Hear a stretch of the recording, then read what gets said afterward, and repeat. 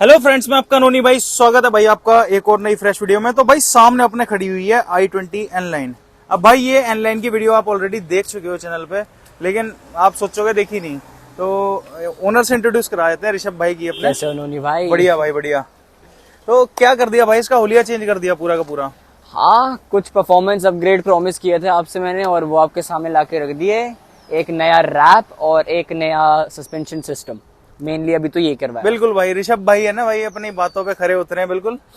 इन्होंने जो है जैसा बोला था वैसा करा। इसमें पूरा परफॉर्मेंस का अपग्रेड हो चुका। तो पहले तो ये बताओ यार, स्टॉक क्यों नहीं पसंद आई आपको?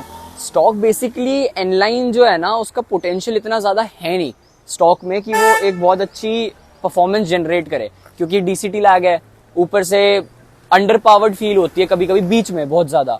तो फिर मेरे दिमाग में आया कि क्यों ना इसकी स्टेज अपग्रेड करे, तो मैंने इसको स्टेज 2 करवाया सबसे पहले।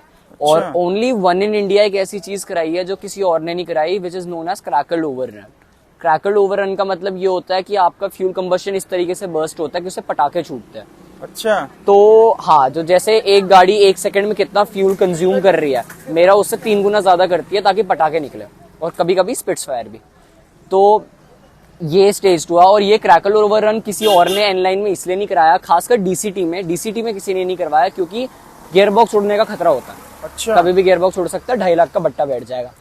तो पैसा वैसा ज्यादा है क्या फिर आपके पास? आपने जो है अलग से ये एक्सपेरिमेंट करा? एक्सपेरिमेंट किया। देखो, मेरी गाड़ी पे जितनी भी चीजें हुई है सारी एक्सपेरिमेंट है, मैं तो यही कहूंगा, क्योंकि मैं सब कुछ ऐसे फर्स्ट इन इंडिया ही करता रहता हूँ, क्योंकि मेरे चुल रहती है कि मैं इस गाड़ी को और कहाँ तक लेके जा सकता हूँ। कोई बात नहीं, नुकसान होता भी है तो एक सीख मिल जाएगी कि भाई नहीं, ये चीज इसकी कंपैटिबल नहीं है, या तो R&D कर लो, रिसर्च एंड डेवलपमेंट कर लो कि ये गाड़ी इस कंपैटिबल है कि नहीं।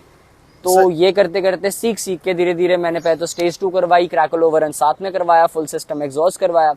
फिर इसमें मैंने कोबरा के 30+40 mm ड्रॉप करवाया, आगे से 30 पीछे से 40 mm ड्रॉप, जिससे राइड क्वालिटी बहुत ही ज्यादा अमेजिंग हो गई है। मतलब 140 पे ऐसी कॉर्नरिंग करती है कि आपको इतना सा भी बॉडी रोल फील नहीं होता, और कटिंग्स बहुत ज्यादा बढ़िया हो गई है, इनहैंसमेंट आ गई है ड्राइविंग में।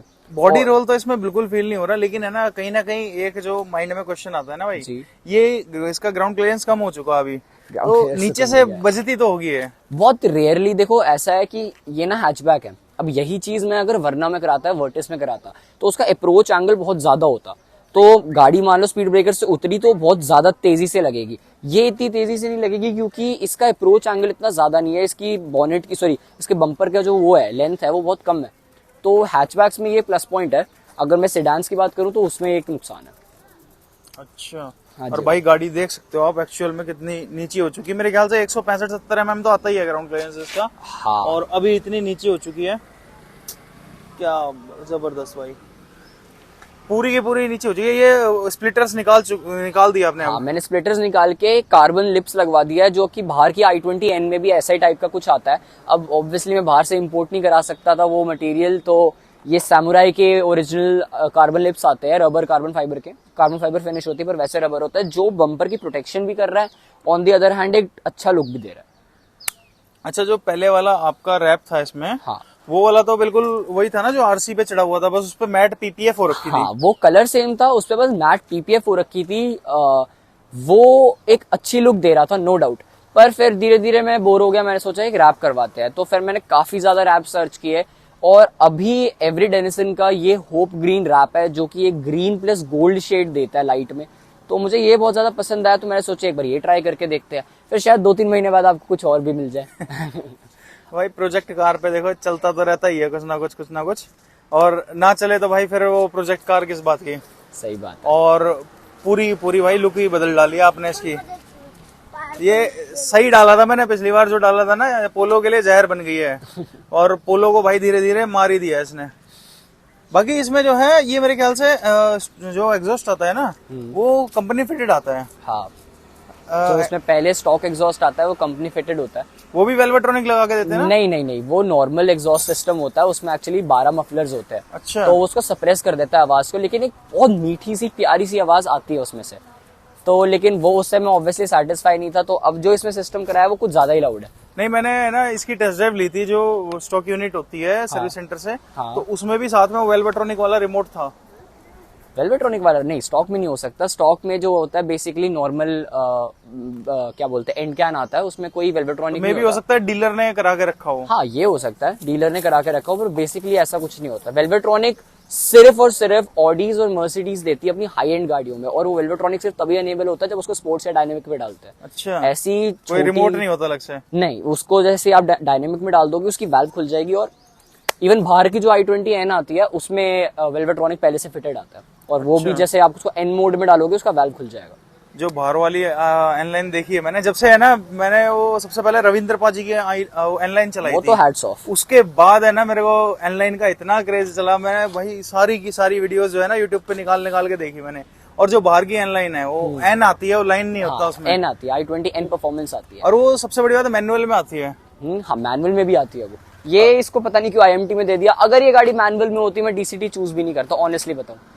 जब एक अपने पास बिना लैग वाला गियर बॉक्स अवेलेबल है तो कौन लेगा? ये वो लैग से तो भरा हुआ। इनक्रेडिबल है, इनक्रेडिबल है। इवन जो रविंद्र पाजी की गाड़ी है वो इवन मेरी गाड़ी से भी बेटर है अगर मैं ऑनेस्ट ओपिनियन दूं तो, क्योंकि उसमें जो एयर फिल्टर लग रहा है ना वो BMC का एयर इनटेक लग रहा है। उन्होंने भी अभी भी अपग्रेड करा है। हाँ वो डायरेक्ट चैनल एयर इनटेक है जो कि बहुत अच्छी engine capacity air intake engine air intake capacity रखता है। तो मेरे हिसाब से उनका एयर इनटेक बहुत ज्यादा बढ़िया है, और अगर आपको चाहिए हो तो आप प्लीज मुझे बता सकते हो। ओके भाई किसी को भी चाहिए होगा तो भाई का इंस्टाग्राम अकाउंट है, आप देख सकते हो, ऋषभ_धर के नाम या फिर से। आप डायरेक्टली साइलेंसर हाउस पे भी कांटेक्ट कर सकते हो। हाँ भाई को कांटेक्ट करो, करा देंगे काम। बाकी साइलेंसर हाउस तो है ही अपना, जिंदाबाद। और बाकी भाई देखो, जो लोग पहली बार गाड़ी देख रहे हैं उनको एक बार समझा देता हूँ भाई। i20N लाइन है, कौन सा N8 है ना? हाँ N8 DCT 1 litre turbo TGDI engine. Stock आती है 118 bhp। और अभी कितनी हो चुकी है? अभी हो रखी है अराउंड 150 bhp। 150 bhp। डायनो हुआ है इसका? नहीं डायनो नहीं हुआ, सून डायनो होने वाला है, उसमें मैं कुछ रेक्टिफिकेशंस भी करवाऊंगा, तो डायनो में भी टाइम लगेगा। बाकी अगर अप्रॉक्स फिगर्स देखा जाए तो 152 bhp है, और पहले 172 न्यूटन मीटर ऑफ टॉर्क था, अब around 268 newton meter of torque हो गया। तो भाई पावर और टॉर्क बढ़ गई तो सीधी सी बात है गाड़ी भी गोली की तरह जाएगी। गोली। और ऊपर से इसकी जो है ना हाइट भी इतनी कम हो चुकी है, जो प्रॉपर एक वो आती है ना रेसिंग वाली कार, उसके हिसाब से जो है मैच कर रखी है। और लुक्स तो भाई आ ही रहे हैं कलर। लेकिन भाई ये रैप पे रोकते नहीं पुलिस वाले? बिल्कुल रोकते हैं, आप पे गाड़ी बाउंड है। कितनी बार रोकी है? अभी तक तो एक बार भी नहीं। अब बढ़िया है भाई, ना रोके तो ज्यादा बढ़िया है। तो भाई ये जहर बन चुकी है। और बाकी अंदर चलते हैं, अंदर से दिखाते हैं आपको क्या मेजर डिफरेंस है। सबसे पहली बात तो देखो, यहाँ पर आप देख सकते हो कितनी नीची है भाई। यहाँ से आप समझ सकते हो मेरा पैर कहाँ पर आ रहा है। एक मेरे ख्याल से बस ये जूते का डिफरेंस है इसके बीच में, ये खड़ा भी नहीं कर सकते इस तरीके से। तो खुद लगा लो 1 फुट का भी पूरा जो है गैप नहीं है, इतना कम ग्राउंड क्लियरेंस गाड़ी का जो है हो चुका है। और एक बार इसका जो है वो भी सुना देते हैं एग्जॉस्ट। हाँ एग्जॉस्ट सुना देते हैं। तो भाई एग्जॉस्ट सुन सकते हो आप।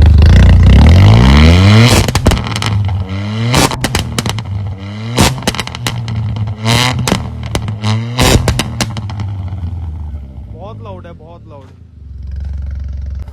तो ये जो पटाखे अभी फूटे हैं, ये बेसिकली क्रैकल ओवररन का काम होता है, जो शायद इंडिया में और किसी i20N लाइन N8 DCT में नहीं हुआ है। तो भाई it consumes 3 times more fuel then normal i20N line. और मैं कभी रेकमेंड नहीं करूंगा क्रैकल ओवररन डलवाना। अगर स्टेज 2 डलवाना है डलवाओ, it's very reliable, it's very good. But अगर आप क्रैकल ओवररन की सोच रहे हो प्लीज मत डलवाओ, वो मेरे पास अलग खुड़क है इसलिए मैं करता हूँ। कि मैं किसी को रेकमेंड नहीं करूंगा, कोई गलत इन्फ्लुएंस नहीं। तो अंदर चलते हैं भाई, अंदर देखते हैं अब चलने में क्या जो है डिफरेंस आया है गाड़ी में। चला ना? नहीं आप चलाओ। एक इसका छोटा सा 0 to 60 कर देते हैं, जिससे कि ऑडियंस को भी पता लग जाएगा कि भाई कितनी फास्ट है। शॉक तो सबने देख रखी है, लेकिन ये लो होने के बाद है ना भाई थोड़ा कंफर्ट कम हो गया गाड़ी के अंदर। हाँ, वो जो बेसिक स्टिफनेस है ना, वो बेसिक स्टिफनेस तो आई है, क्योंकि सस्पेंशन की स्प्रिंग्स इतनी ज्यादा रेजिस्टेंस देती है आपको कि हल्के से हल्के बम्प्स भी आपको बहुत ज्यादा भारी महसूस होते हैं। बिल्कुल। बाकी कटिंग्स में जैसे अगर आप गाड़ी काट रहे हो तो बॉडी रोल बहुत ज्यादा कम महसूस होता है। तो भाई यहाँ पर आप देख सकते हो एक छोटा सा पैच मिल चुका है, और है ना इसको ट्रैक्शन वगैरह ऑफ हो चुका। स्पोर्ट्स पे लगाओगे इसे? हाँ डायरेक्टली स्पोर्ट्स पे चली जाएगी। ठीक है, एसी हो गया ऑफ। और अब 0 to 60 करते हैं। अब तो व्हील स्पिन भी दे दिया इसने। तो भाई स्क्रीन पे आ गया होगा टाइमर कितनी देर में 0 to 60 कर चुकी है, और 0 to 100 भी देख सकते हो भाई साहब। और कंट्रोलिंग पावर जो है ना गाड़ी की, वो अलग ही नेक्स्ट लेवल है। साथ में बैठने वाले को नहीं पता लगता। और भाई इतना स्टेप हो चुका है ना सस्पेंशन, तो थोड़ा मेरे को है ना भाई स्टेबल होने में दिक्कत आ रही है। तो ये बेसिकली आपका 100 यहीं की यहीं हो गया कुछ ही सेकंड्स में। बाकी परफॉर्मेंस नो डाउट बहुत ही ज्यादा इनहांस हो गई है, बहुत ही ज्यादा इनहांस हो गई है। भाई मैं क्या बोलूं, मैं तो सीट के पीछे लगा पड़ा हूँ। बिल्कुल, अब तो ये ऐसी हालत में हो गई है कि सीट से चिपका देती है। मतलब स्टेज 2 से बहुत रिकॉग्नाइजेबल फर्क आया है। मतलब पहले तो व्हील स्पिन देती ही नहीं थी बिल्कुल भी। हाँ, व्हील स्पिन तो पहले था ही नहीं इसमें, कभी भी बहुत मुश्किल से ही आता था। अब अगर आप इसको न्यूट्रल से सीधा ड्राइव पे डालो, मैं कभी रिकमेंड नहीं करूंगा न्यूट्रल से अचानक से ड्राइव पे या स्पोर्ट्स पे डालने का, क्योंकि गियर बॉक्स बहुत बुरी तरह उसको टेंशन मिलती है। उसको मैं बहुत रेयरली करता हूँ वीडियोस के लिए या फिर किसी ड्रैग रेस में, वरना मैं कभी प्रेफर नहीं करूंगा ऐसा करना। अगर आप सीधा ब्रेक से उठाओगे तब शायद ये ऐसे व्हील स्पिन नहीं देगी। ये ऐसे ब्रेकर वगैरह पे बजी नहीं कभी ये? नहीं, आपके सामने भी 2 ब्रेकर से निकाली है, नहीं बजी। हाँ, ये है बहुत आराम से निकालनी पड़ती है, क्योंकि वो स्टिफनेस बहुत ज्यादा आ गई है। तो सिटी रोड्स पे अब बहुत ज्यादा आराम से और सोच समझ के चलानी पड़ती है। अच्छा, जैसे ये एक बम्प है, ये बम्प आपको बहुत हाँ। ज्यादा फील हुआ। अब वहीं साइड में ग्लॉस्टर चल रही है, उसमें कुछ भी फील नहीं होगा। उसमें तो क्या पता लगेगा भाई, वो तो है ही इसी चीज के लिए। ये बम्प्स आपको थोड़े थोड़े ज्यादा फील होंगे, बाकी सब ओके है। और ये भाई इसमें चेक इंजन लाइट किस लिए चली हुई है?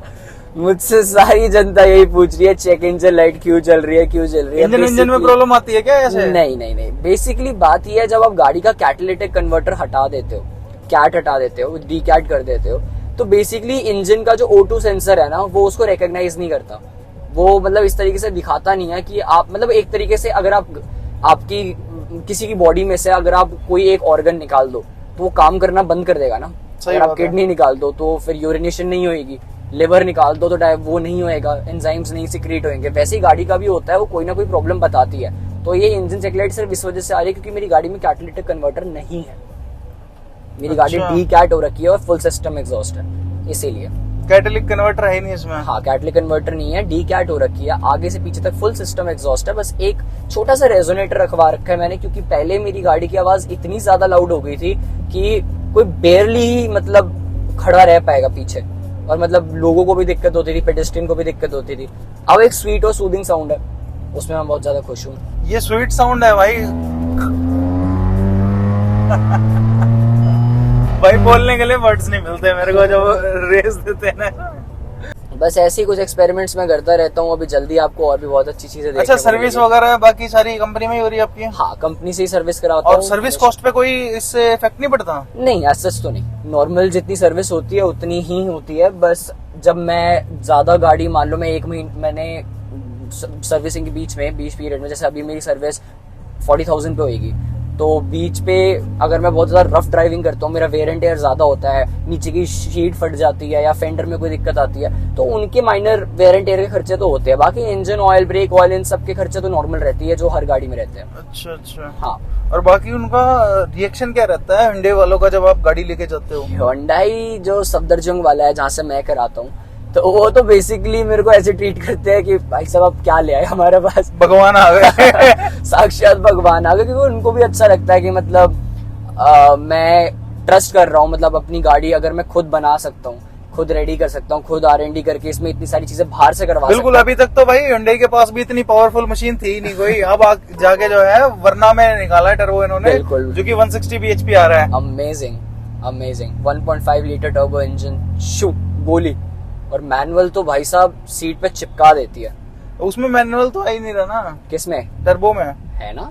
हैगा? हाँ, 1.5 टर्बो मैनुअल, बस और क्या चाहिए। ब्लैक कलर में ऐसे गोली की तरह निकलती है। अभी जैसे जो भाई है मेरे, शुभम सांगवान, उन्होंने ट्राई की थी, वापस आके मुझे ऐसा रिएक्शन दे रहे कि भाई ये क्या निकली है, गोली की तरह सीट पे चिपका दिया उसने मेरे को। वर्टिस से भी पावरफुल है? वर्टिस से पावरफुल इनिशियल में नहीं है, फिर इनिशियल के बाद जरूर है।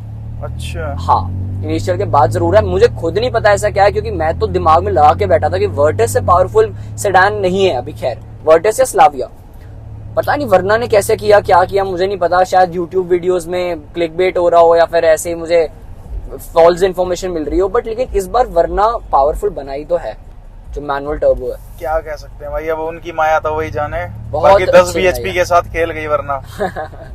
सच्चाई है भाई। और बाकी भाई कैसी लगी आपको i20 N-Line भाई कमेंट सेक्शन में जरूर बताना भाई। बहुत बढ़िया बना रखी है आपने, और भाई तहे दिल से थैंक यू, आपने टाइम निकाला वीडियो के बिल्कुल लिए भाई, आपके लिए कभी भी। बाकी भाई वीडियो अच्छी लगी तो वीडियो कर देना लाइक, चैनल को कर देना सब्सक्राइब। बाकी ऐसी इंटरेस्टिंग वीडियोस आपके लिए लाते रहेंगे और मिलते हैं आप सबसे नेक्स्ट वीडियो में। Till then bye bye.